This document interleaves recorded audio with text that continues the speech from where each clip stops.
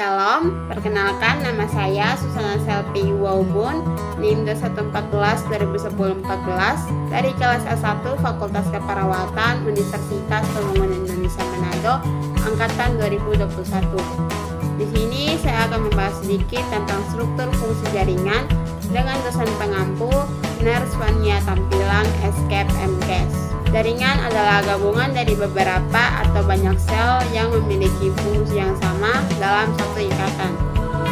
Jaringan penyusun tubuh dikelompokkan menjadi 4 kelompok, yaitu yang pertama jaringan epitelium, yang kedua jaringan ikat, yang ketiga jaringan otot, dan yang terakhir jaringan saraf. Yang pertama jaringan epitelium. Jaringan epitelium merupakan jaringan penutup permukaan kulit baik permukaan tubuh sebelah luar maupun sebelah dalam. Permukaan sebelah luar yang memiliki jaringan epitelium adalah kulit, sedangkan permukaan sebelah dalam tubuh yang mengandung epitelium adalah permukaan dalam usus, paru-paru, pembuluh darah, dan rongga tubuh. Jaringan epitelium dapat berasal dari perkembangan lapisan ektoderma, mesoderma, atau endoderma. Nama epitelium sangat erat hubungannya dengan letaknya di dalam tubuh. Epitelium yang melapisi dinding dalam kapiler darah, pembuluh limfa, dan jantung disebut endotelium. Endotelium dapat berasal dari perkembangan lapisan mesoderma, sedangkan epitelium yang melapisi rongga tubuh, misalnya perikardium, pleura, peritoneum, disebut mesotelium. Mesotelium juga berasal dari lapisan mesoderma. Sel-sel epitelium terikat satu dengan lainnya oleh zat pengikat atau semen antar sel, sehingga hampir tidak ada ruangan antar sel. Jaringan epitelium dikelompokkan menjadi dua. Yang pertama berdasarkan jumlah lapisan sel dan bentuknya. Berdasarkan jumlah lapisannya, epitelium dapat dibedakan menjadi epitelium sederhana dan berlapis. Epitelium sederhana adalah epitelium yang sel-selnya hanya selapis, sedangkan epitelium berlapis adalah epitelium yang terdiri atas beberapa lapis sel. Yang kedua, berdasarkan struktur dan fungsi. Kelompok ini dibedakan menjadi dua.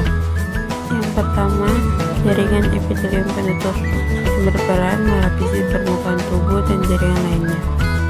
Yang kedua, jaringan epitelium kelenjar tersusun oleh sel-sel khusus yang mampu menghasilkan sekret atau zat cair. Berikutnya jaringan ikat. Ciri khusus jaringan ikat adalah memiliki komponen intraselular yang disebut matriks. Matriks disekresikan oleh sel-sel jaringan ikat.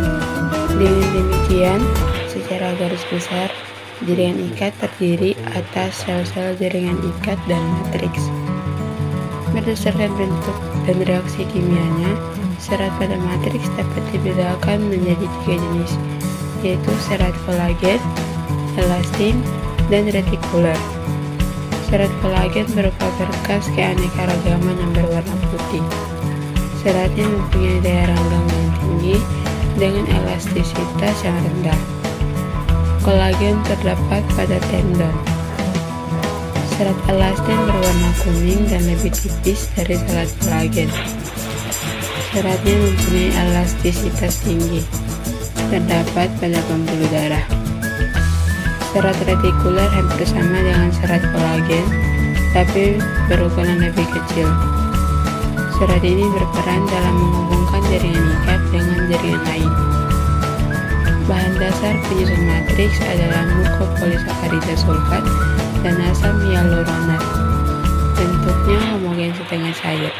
Jika kandungan asam hyaluronat tinggi, matriks bersifat lentur. Sebaliknya, jika kandungan mukopolisakarida sulfatnya tinggi, matriks bersifat kaku. Bahan ini terdapat dalam sendi.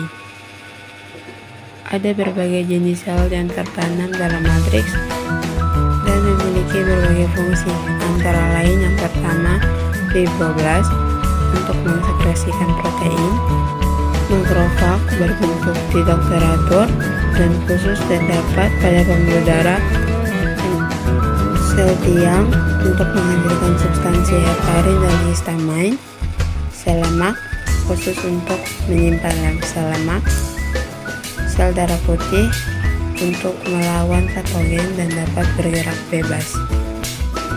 Jaringan ikat dikelompokkan menjadi beberapa, yaitu yang pertama jaringan ikat longgar, jaringan ikat padat, yang ketiga jaringan tulang, dan yang terakhir jaringan adipose. Jaringan penyusun tubuh yang berikutnya adalah jaringan otot. Jaringan otot terbagi menjadi tiga. Yang pertama, otot polos. Selnya berbentuk gelondong, memiliki satu inti yang terletak di bagian tengah. Kontraksi otot polos tidak dibawa pengaruh kesedaran, sehingga disebut otot involuntar. Contohnya seperti saluran pencernaan, kandung kemih, organ reproduksi, dan saluran pernapasan. Yang kedua, otot lurik. Selnya berbentuk silinder yang panjang dan tidak bercabang, memiliki banyak inti yang terletak di bagian tepi sel. Kontraksi otot lurik dibawa kesedaran, sehingga disebut otot voluntar. Contohnya, otot yang melekat pada rangka. Dan yang terakhir, otot jantung. Sel otot jantung membentuk rantai dan sering bercabang dua atau lebih, membentuk sincitium. Memiliki satu atau dua inti sel yang terletak di bagian tengah sel. Kontraksinya tidak dibawa pengaruh kesadaran. Jaringan penyusun tubuh yang berikutnya dan yang terakhir adalah jaringan saraf. Dan berikut adalah gambar dari struktur sel saraf. Selanjutnya, jenis sel saraf.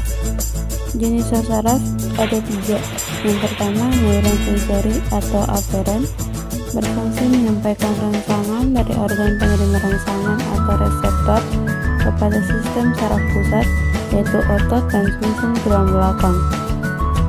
Yang kedua, neuron intermediat, berperan sebagai penghubung impuls saraf dari satu neuron ke neuron lain atau dari neuron motorik ke neuron sensorik.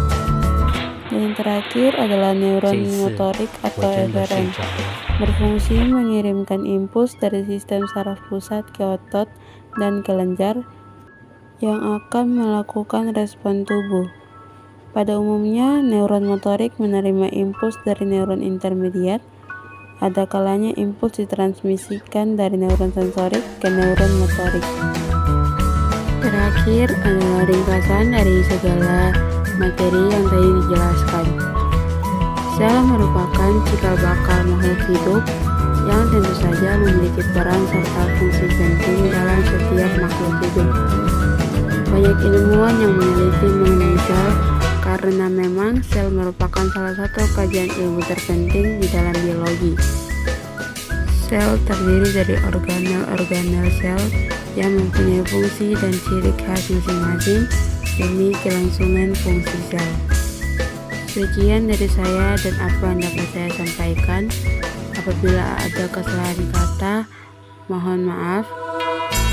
Terima kasih. Oh iya, apabila teman-teman telah lulus SMK atau SMA dan ingin melanjutkan kuliah, saya ingin merekomendasikan Universitas Pembangunan Indonesia Manado. Di sana terdapat 6 fakultas, yaitu Fakultas Keperawatan, Fakultas Hukum, Fakultas Pertanian, Fakultas Sastra, Fakultas Ilmu Sosial dan Ilmu Politik, serta Fakultas Teknik. Jadi teman-teman dapat memilih sesuai dengan keinginan teman.